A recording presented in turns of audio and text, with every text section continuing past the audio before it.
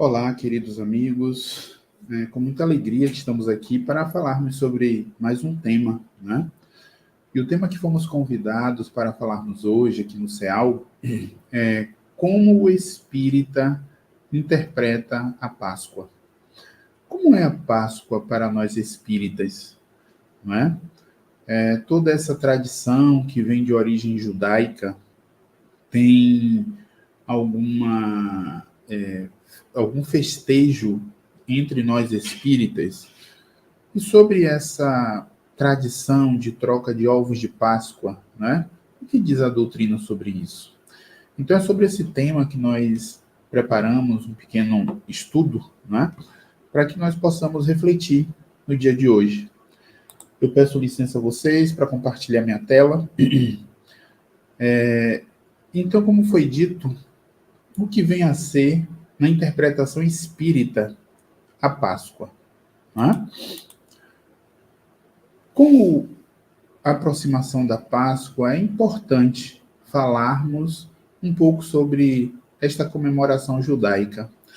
Na doutrina espírita, já posso antecipar, não há comemoração da Páscoa, pois para nós espíritas não existiu a ressurreição física de Jesus, por ser algo que é contra a natureza, não é? Alguém que morreu biologicamente, voltar à vida naquele mesmo corpo. Mas existem alguns desdobramentos do ponto de vista da sua história, não é? Que é importante que nós entendamos e que possamos alcançar o verdadeiro sentido do que seja a Páscoa para nós espíritas. É importante destacar que o que houve foi uma aparição espiritual de Jesus, né? O que é algo extremamente natural para todos nós. A vida de Jesus, ela é cheia de exemplos dessa natureza, aparições espirituais, o que muitos denominam como milagres, o que para nós são coisas naturais. Mas afinal de contas, qual a origem da palavra Páscoa? E para isso a gente tem que voltar um pouco mais no tempo, né? Algo em torno de 3.000 anos antes de Cristo. E lembrarmos que o povo hebreu, né, eles foram libertados da escravidão egípcia por Moisés. Moisés foi aquele patriarca que ele libertou o povo judeu do jugo dos faraós egípcios. Há muitos anos atrás, o povo hebreu, eles saíram peregrinando, buscando a sua terra prometida. E essa terra prometida, segundo eles, né, daquela época, circundava aquela região próxima ao Egito, com medo, né, daquele povo se voltar contra o império egípcio da época. Todos eles foram escravizados e passaram alguns séculos escravizados. Até que Moisés, né, através de também pensamentos e situações mediúnicas, foi levado, né, a tirar esse povo de lá. E lembrando que Moisés era cuidado, criado, educado como Faraó fosse um dia. Ele foi adotado pela filha do Faraó. Então era alguém que detinha muito domínio da legislação egípcia. E ele sabia que aquele povo, diante das suas tradições, jamais seriam libertados livremente. Então a origem da palavra Páscoa é judaica e significa peça, que quer dizer passagem em hebraico, que simboliza o dia em que se comemora a libertação do povo hebreu do cativeiro egípcio. Então, a Páscoa vem dessa origem, né? Desse momento histórico. Está evidente que a referência de que a Páscoa era uma comemoração na época de Jesus uma festa cultural, né, e importante para os seus povos da época. O que fez a igreja, né, séculos depois, se aproveitar do sentimento da festa para adaptá-la, dando-lhe um novo significado, associando a imolação de Jesus no pós-julgamento, né? Onde ele foi executado na sentença relatada por Pilatos. Então a gente percebe que existiu, né, aí uma primeira alteração do sentido da origem da palavra Páscoa, onde inicialmente apenas se festejava a Páscoa, veio a igreja, após muitos séculos depois da morte de Jesus, e ressignificar o que seria essa Páscoa, associando a Páscoa à morte de Jesus, à imolação de Jesus Cristo. Então a gente percebe que, paulatinamente, o significado ele vai se transformando com o tempo. No que concerne à ressurreição, que significa ressurgir na carne, podemos dizer que a interpretação tradicional aponta para a possibilidade do reagrupamento da estrutura corporal do Cristo pós-morte, uma situação ser completamente rechaçada pela ciência, em virtude da deterioração do envoltório físico do Mestre Jesus. Então, essa deterioração seria algo que culminaria com a morte biológica de Jesus. Então, não seria possível alguém reviver na carne. Mas existe, de por certo, outras possibilidades, não é? Que é o que veremos a seguir. Como explicar, então, essa aparição de Jesus durante todo aquele período dos 40 dias póstumos mencionadas pelas religiões na alusão à Páscoa? Inúmeras são as possibilidades que a doutrina espírita nos esclarece. E aí nós nos lembramos de uma das passagens, né, em que Tomé, conhecido também como Santo São Tomé, ele é informado de que Jesus, né, aparecera. E ele, com aquela sua forma bem austera, afirma: mas eu só acredito vendo. Eu teria que tocar, né, nas chagas de Jesus para acreditar. E Jesus se materializa atrás dele, né, entre os outros apóstolos, e diz: vem, Tomé, e toca nas minhas feridas.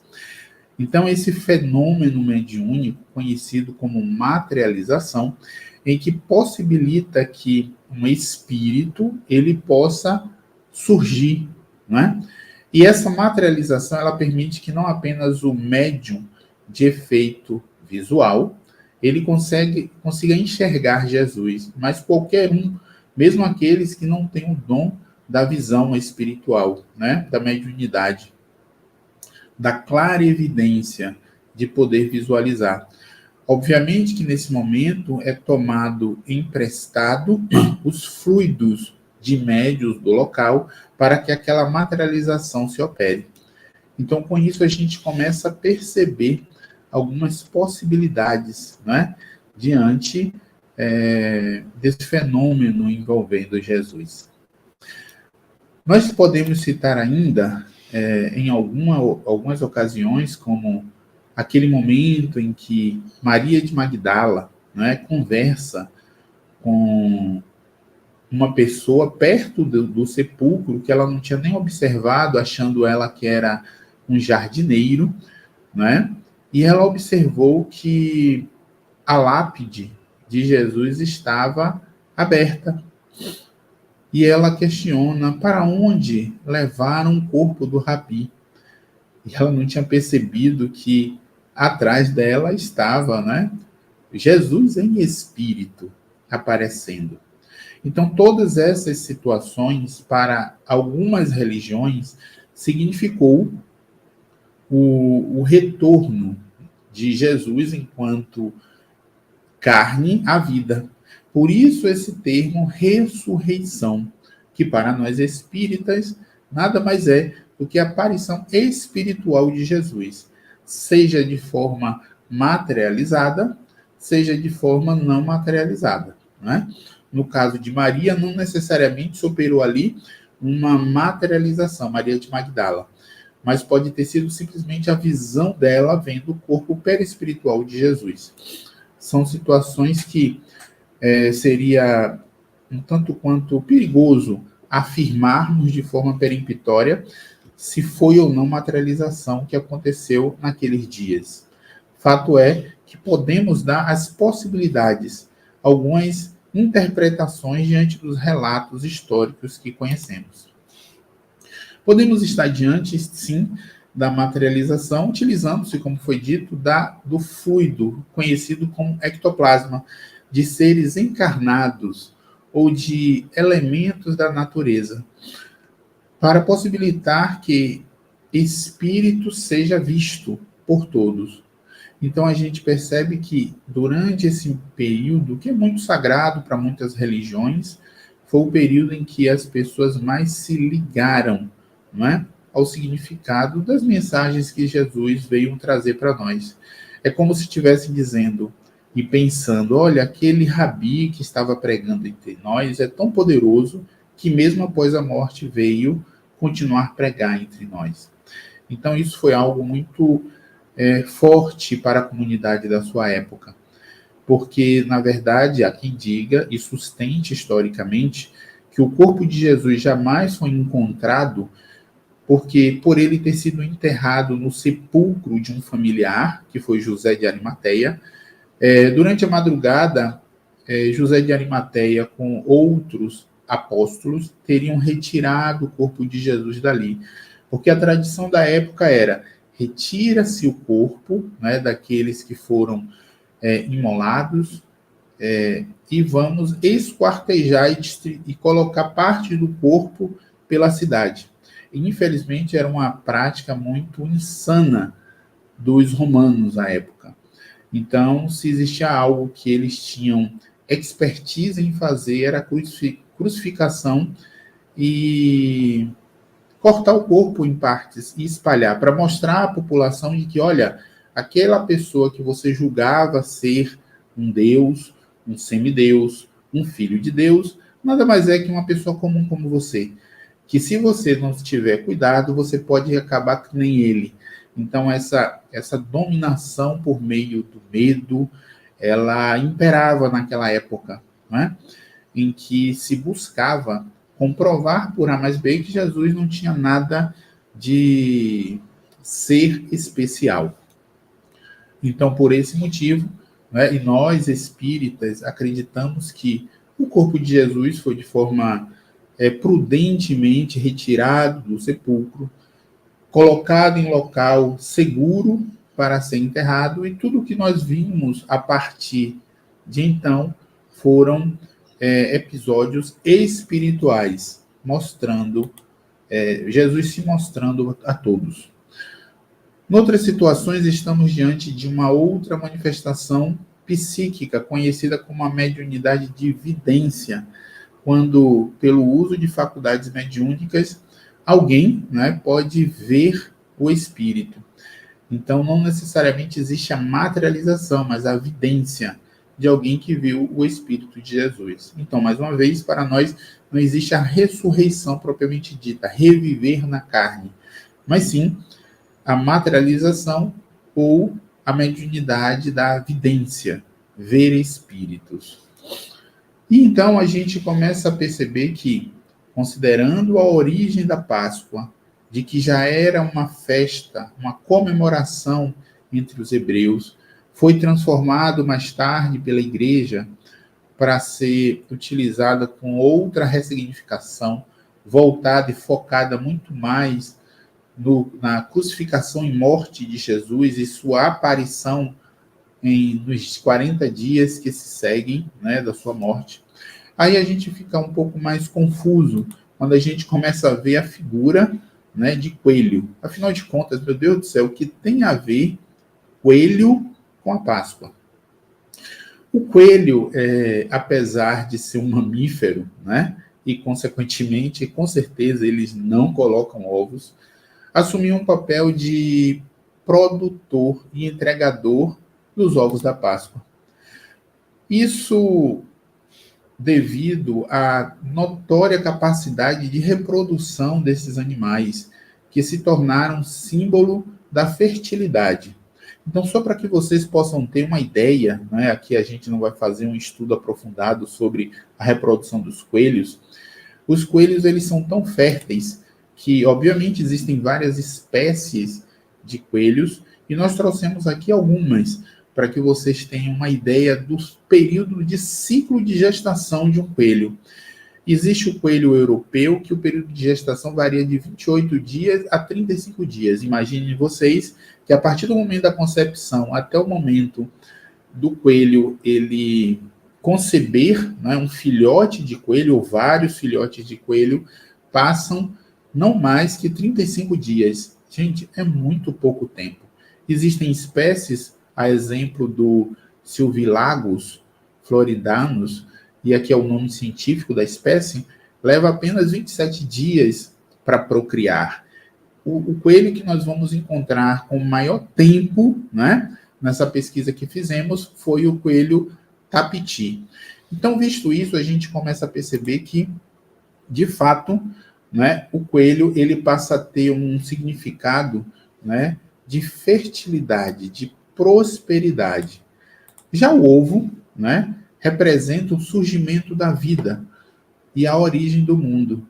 Daí sua relação com a ressurreição de Cristo e a Páscoa. Então a gente começa a pegar esses elementos e começar a entender como historicamente eles vieram parar, né?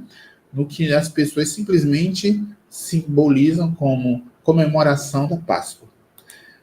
E afinal de contas, de onde veio, né, a tradição dos ovos de chocolate? Porque se já não faz sentido nenhum o coelho colocar ovos, né? Menos sentido ainda faz um ovo de chocolate, não é verdade?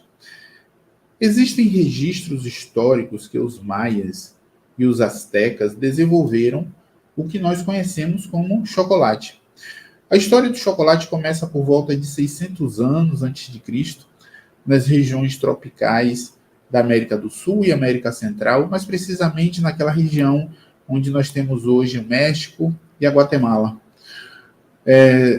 Nesta época, o cacau já era cultivado pelos maias e os astecas e usado para elaborar uma bebida fermentada e amarga. Chega o século XX e os bombons e os ovos de Páscoa são criados como mais uma forma de estabelecer de vez o consumo do chocolate no mundo inteiro. Então, na verdade, a gente tem a utilização desses condimentos, né, desses doces, mas muito mais por uma questão comercial do que qualquer relação religiosa, né, reflexiva. Queria-se popularizar o consumo de um produto, que nesse caso foi o chocolate. Se utilizou para isso a figura de ovos, associou-se essa figura de ovos a coelhos, né, para que fosse possível vender. Da mesma forma que se criou um mercado por trás do período de Natal, de dar presentes, né? Sabemos que quem criou a figura do Papai Noel foi a Coca-Cola. E o que está por trás da imagem daquele velhinho, né, é o consumo. Né? É o consumo que está por trás disso e hoje virou uma tradição em muitas partes do mundo. Então, nós estamos diante de um fenômeno, né, que mais tarde a gente vai perceber o quão consumista é, mas que não tem nenhuma relação com o passar, né, a passagem do povo hebreu, muito menos com a imolação de Jesus, que foi mais um período transformado, interpretado pela igreja, né, a chegar nos momentos de hoje, em que se associa a Páscoa apenas aos ovos do coelho, né, e o chocolate. Nós queremos concluir nossas reflexões pedindo que nesta Páscoa lembremos-nos de reverenciar os belos exemplos de Jesus, que o imortalizam e que nos guiam para um dia também estarmos na condição de experimentar, assim como ele, qual seja, de sermos deuses, fazendo brilhar a nossa luz. Que possamos comemorar a Páscoa, não é? Fazendo bem para nós, fazendo bem para o outro, não é? Refletindo sobre o que poderia ser feito diferente e com isso a gente poder olhar para trás e sempre doravante fazer coisas ainda melhores. O mundo está nos consumindo cada vez mais. Muitos de nós perdemos tempo em coisas que acreditamos ser o mais importante para nossas vidas. Mas será que nós estamos todos os dias, através das nossas preces, aprendendo e rogando a Deus que nos dê força para continuarmos firmes e fortes, seguindo o seu propósito? Que a sua Páscoa, né, que a sua transformação seja por meio da reforma íntima, rumo a uma vida plena. Idealizamos aqui essa imagem que sintetiza um pouco como nós hoje estamos vivendo. Muitos, não raras vezes, até desejam estar ao lado de Jesus. Mas se Jesus estivesse do nosso lado, será que nós estaríamos dando a devida atenção a ele? Ou estaríamos fixados nos nossos celulares, apetrechos tecnológicos ou em coisas que nos agradem? O desafio é muito grande, né?